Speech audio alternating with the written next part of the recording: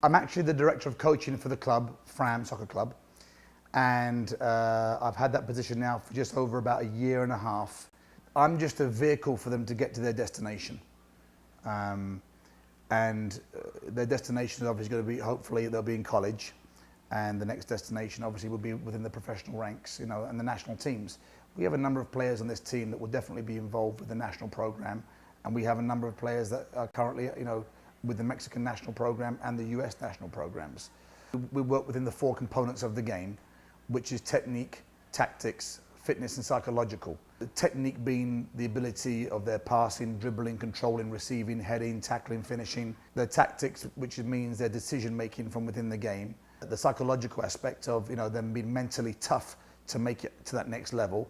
The fitness aspect of that, we need them in such an incredible shape to be able to make it to play at that high standard that we're looking for. This team that we're talking about particularly has a great family dynamic with the parents. Is that something that helped you make that choice? Oh, absolutely, absolutely. One of the things which in the female game, which is very unusual with this team, zero drama.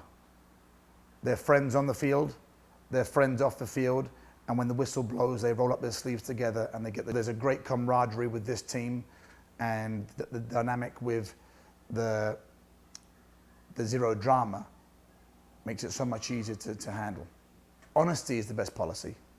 You got to be honest with the parents, you got to be honest with the player and let them know that their goal and their aspiration might be to play for the national team and to be the starting forward for UCLA, when really, in truth, that's not going to happen. Most of these big colleges now are carrying between 24 and 30 players on a roster. Do you want to play for a Stanford, or do you want to sit on the bench for a Stanford? It's difficult, and I think that a lot of coaches tiptoe around it, and it's a sit-down conversation with the parents and the player, and you have to be truthful to let them know where they are. There's a measuring stick, and it's important that you're truthful, because short term, a lot of feelings get hurt and you break a lot of dreams. But in reality, you're helping them realize where they really should be. And I think that you can train them to their maximum potential, but you can't play for them. When the whistle blows, it's on them, and they've got to do their part in order to get out there. And I can advise them to the best of their capabilities. But at the end of the day, they've got to play, and they've got to play to win.